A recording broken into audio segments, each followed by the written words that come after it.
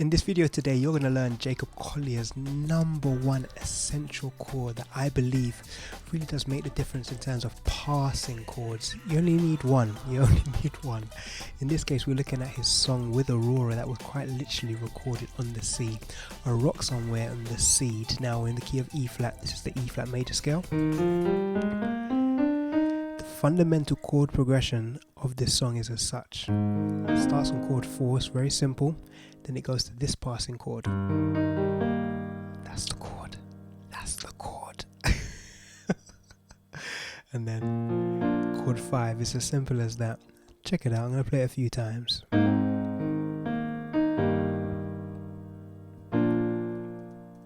One more time.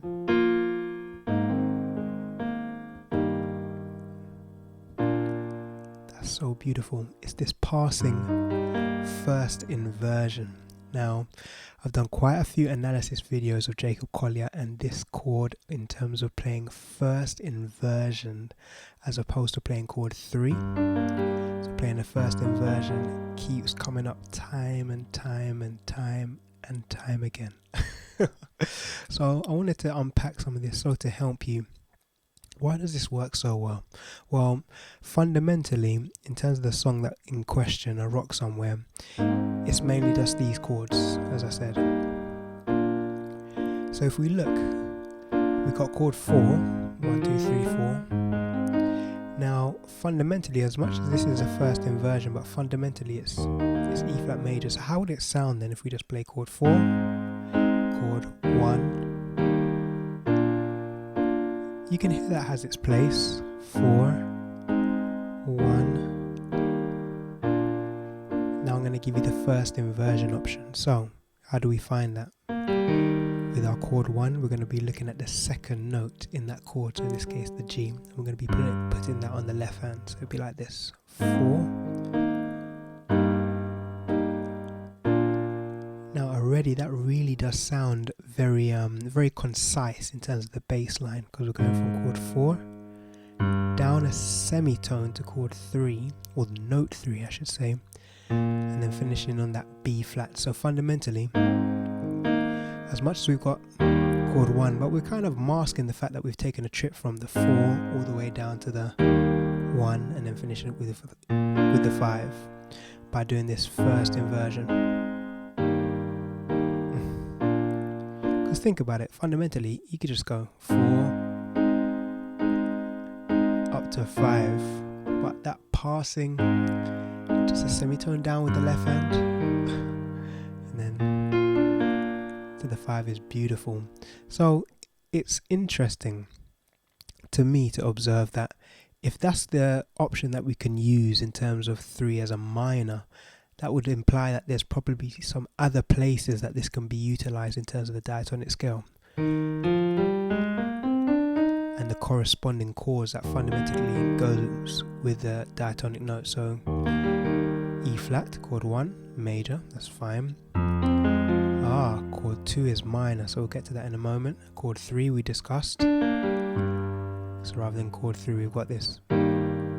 And a really easy way to think about it fundamentally is if you have the G minor in this case, and you just take your little finger or the highest note and just take it up by a half step, by a semitone, you'll get that inversion, that first inversion. Alright, let's keep moving. So E flat, home, major. Chord 2 is minor, so we'll look at that in a moment. Chord 3 is minor, okay. Chord 4, major. Chord 5, chord 6, and then chord 7, you might want to do a diminished or a first inversion of B flat, and oh, there it is again, first inversion. So fundamentally we're going to be looking at 2, 3 and 6 and playing a first inversion, chord of something. So in this case, for this the 2, the F minor, if we take that little finger up a half step, up a semitone to that D flat, so that's interesting. So in this case, in this context, the first inversion option in this case of D flat major is going to give you a note that is not in the diatonic scale of E flat. Okay, that's fine. For the we've already discussed. This is Jacob's option. We've got it right there. That's fine. For the 6th then, by raising that, we have an A flat chord first inversion. So let's try this out then. Let's make a chord progression and employ some of these ideas. Let's see how it sounds. So we want to get this, we want to try and change the 2 and make it a first inversion. So I reckon let's look at All of Me. Check this out. John Legend, we'll do it in this key. So it starts on 6, 4, 1, that's fine. For the bridge, he goes to the 2. Cards on the table with both. Come on, you know the song. So for this 2 then, let's look at it. So we'll do a 2, chord 1, chord 5. And now we're going to do our inversion. So with the 2, we're going to raise it up. Okay, so one more time with the foundation. 2, cards on the table. There we go.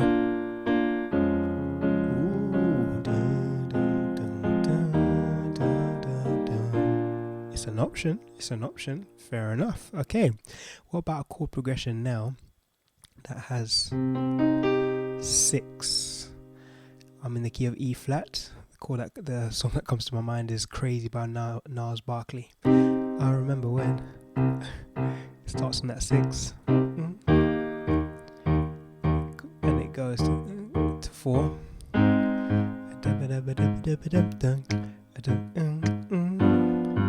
6 is coming up, going to do the inversion. So, ooh, that's how it would sound. So obviously it's a different feel, you know, but it's interesting to note. So going back to the example of Jacob Collier, we had chord 4, we had a first inversion going to the 5. Now I've noticed that Jacob often does this in terms of chord 4, between going from 4 to 3.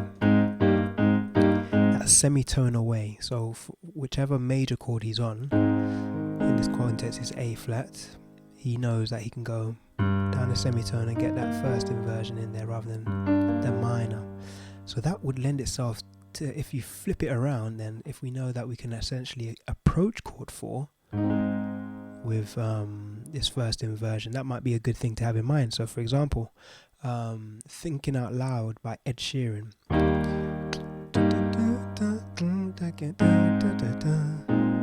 That's a perfect example where you could use it. As opposed to G minor. That's got its place, but just to get a little more nuance. And the thing I like about this in this example is that you're going from the E flat and you're going to this first inversion, so essentially you're still playing an E flat chord twice. Yeah, so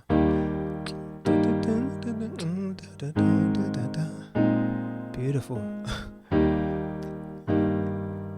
So if we know that we can approach a major chord by going down a semitone and making that a first inversion, that then essentially, and this is the thing about, you know, analyzing, you know, in this case we're looking at Jacob, but just in general, you know, when you're transcribing things and working out chords, and in this case we're talking about chords, but this applies to, you know, music in general, but in terms of chords, it's important to be able to see the context and see where you can also apply it in different contexts. Fundamentally we had this as our chord progression, but now we're able to understand that, okay, between chord 4 and the next note down, there's this first inversion option. So essentially, going to any major chord, we can employ essentially the semitone below option and then playing it as a first inversion. So then it gets interesting when we, for example, go to chord 5. So the option a semitone below would be A, so it would have to be an F major. So we're kind of essentially breaking the rule of the diatonic scale. With that A flat, now we're going to raise it. Oh, so how would that sound then in context? If I did, going back to the Jacob example, in terms of a rock somewhere, we have this. If I know I'm going to be going here, I could use that first inversion essentially again, but in this context, so an F major to resolve up to. So how would that sound then? So this is the straight version, kind of how Jacob did it. All right, so I'm going to approach the 5. Check it out, and you can kind of hear how it sounds like it locks in.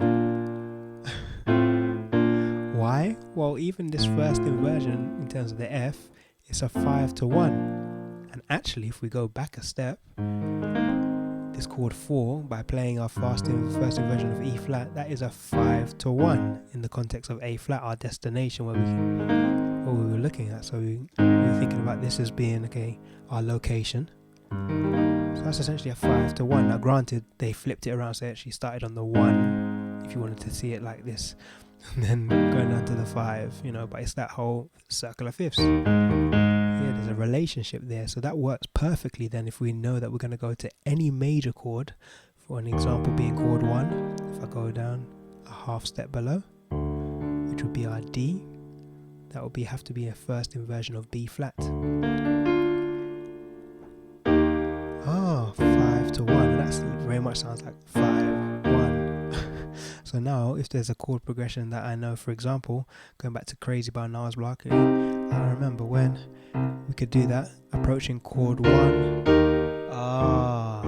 and then going to chord 4,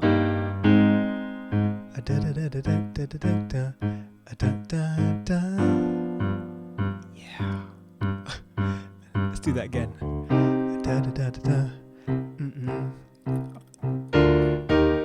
Let's think about it. Before we just had I remember when to the 1, but now you got this passing movement. Now what's interesting with that particular song is that they're all, apart from the first chord, they're all major chords. So I remember when, I remember major, so we know we can do our passing. That's fine. That's a major as well, so we can do our passing.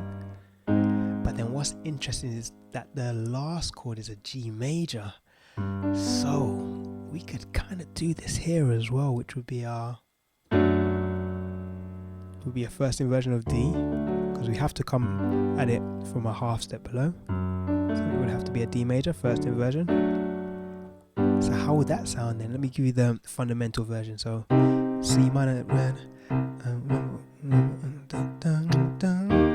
1.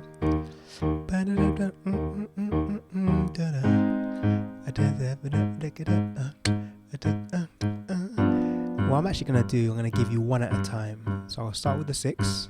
I'll show you the first inversion to the 1. So you can hear that, okay?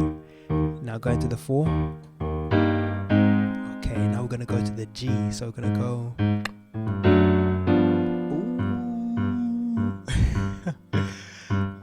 Beautiful. Going to any major chord, or coming from any major chord, we can use that first inversion that is just a semitone below. So it's imperative that we do this in different keys. We have to.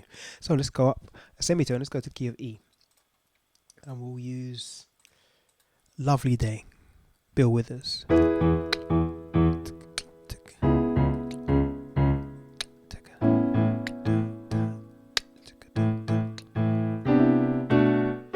So in the key of E, this song has chord 1, chord 6, chord 4, and then we'll get in some of the extra bits after that. So fundamentally we'll just start with this. When I wake up in the morning and the sunlight hurts my eyes. Okay, so chord 1. So if we know that we're going to be going from chord 1 down to 6, it would lend itself perfectly to employ this first inversion idea. So our left hand, we know it has to go down a semitone. So it would be a first inversion of B, which would then take us to our C sharp. So you got this perfect diatonic descending bass line. So will now become passing. Beautiful. Alright, now we know we're going to be going to chord 4 next. Chord 4 is a major, so we can employ Jacob's, essentially flip Jacob's progression around. So rather than starting on chord 4, we're going to start on the inversion and then come up to chord 4, because Jacob did the chord 4 down to our inversion of chord 1 and then to 5. Alright, so passing, okay, and the sunlight, etc., etc. It works well. We have success, we have liftoff. So just to give you a bit of context as well, let's just look at Jacob's progression. So chord 4, Jacob had 4, first inversion, going to our 5. That's what Jacob had. So when we were in E flat, that was the chord progression, but now we've just employed it. And the thing that has helped me a lot over the years is to be able to practice these ideas in all 12 keys. It really does help, and it also helps you as well to be able to not just be locked into playing a song. So, you know, as we started in E flat, we were playing a song, a rock somewhere, but rather than just having it in mind that you're playing this song, we've taken this particular exercise and then to take your playing to the next level and your understanding of music in general to the next level. It's important to be able to play this in all 12 keys. So for example, if I just picked at random a key center to start with, so I know that Jacob starts on chord 4, so if I said, okay, E flat, so E flat is chord 4 of B flat, and if I told myself, okay, we have to play it in this key, I'll be able to do it straight away. So, and I'll show you my approach to that. It's just a bit of a test that you can do for yourself. You know, pick any note and be like, okay, this is the note I'm starting on, that has to be the 4. All right, so in this case, I said E flat, so I know that's the 4 of B flat. 1, 2, 3, 4, 5, 6, 7, then back home. So in this context, it will be 4, first inversion. Yeah.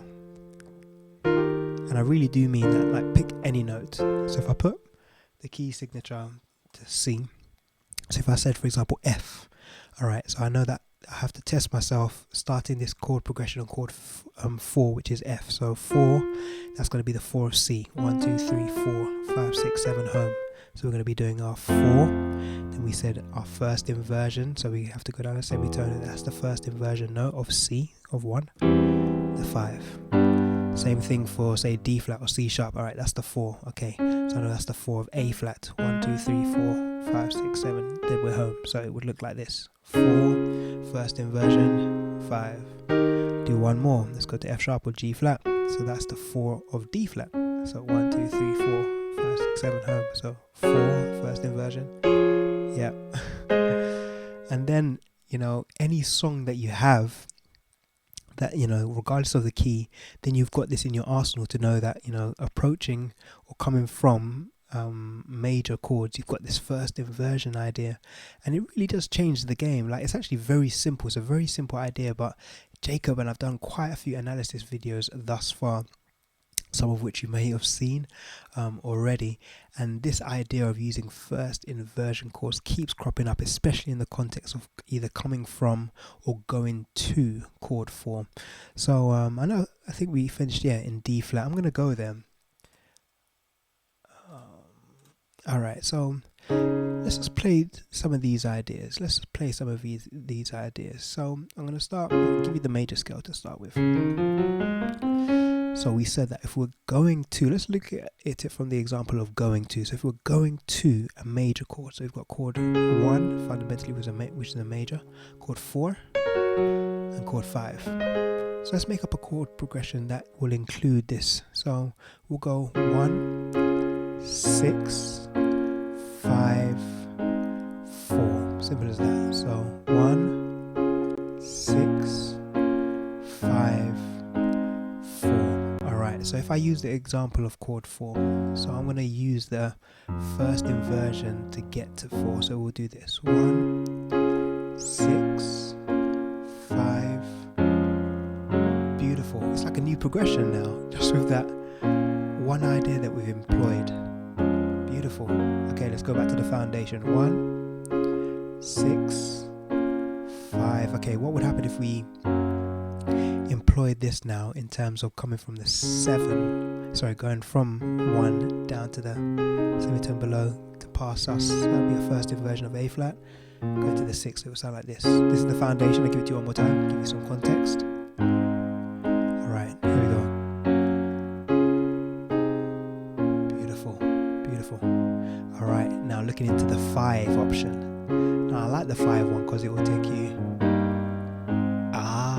out of key a little bit, but it's not really out of key because we're in the key of D flat. We're just using some some different options, a different taste. Let's put it that way. So interesting. So if we're gonna come from a semitone below already, that's gonna take us. So that G is not in the key of D flat. So we're gonna be going, chromatic. But there's a method to it. As we know, that is essentially the 5 of this A flat. So it works. Check it out. Yeah. Beautiful. Passing here. Oh, passing. Beautiful. And then the idea is, can you do it in all the other 12 keys? If we just go straight to D flat, can we do it? Can we do it?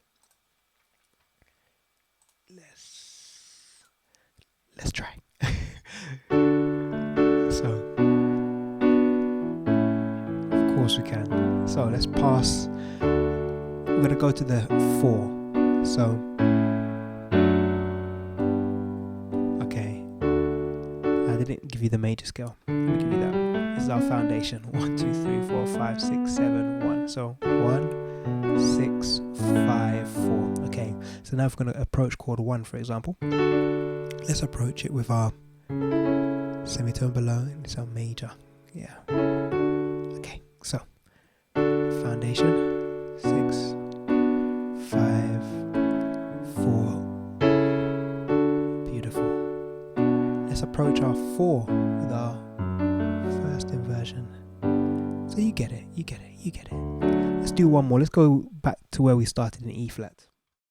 Alright, so we're in E flat, same progression. 1, 6, 5, 4. So back to our major scale. So 1, 6, 5, 4. So if I wanted to say past the 6, I'll be thinking, okay, semitone below, first inversion of B flat. So what would happen if we went to the B flat? So B flat down a semitone. That would have to be F first inversion, and then first inversion of the 1. We're back home to chord 4. Well, we're not home. Home is here. But in terms of where we fundamentally first started this whole video from, certain chord floor. Yeah. Jacob.